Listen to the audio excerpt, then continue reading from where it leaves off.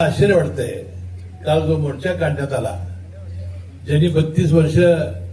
या संघाचं नेतृत्व केलं, ज्यांनी डिव्हिजनची पद्धत सुरू केलं, त्याच्या सुनबाई या मोर्चाचं नेतृत्व करत होत्या आणि त्याचं नेतृत्व करत होते 3 पराभूत झालेले माजी संचालक की ज्यांनी 5 वर्षामध्ये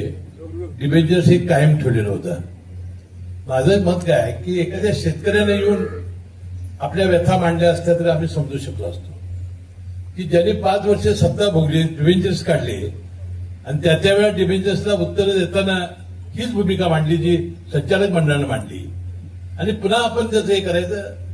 हा जो देखावा आहे किंवा हे आहे हे लोक ओळखून असतात. मी म्हणतो की एखाद्या संस्था संचालकाने आज माझी भेट घेतली आणि त्यांनी काही मुद्दे मांडले आणि मला ते पटले आणि मी 2 दिवस झाले याचा अभ्यास केला आणि मी दोन्ही तुमचे सीए आहेत त्यांना सांगितलं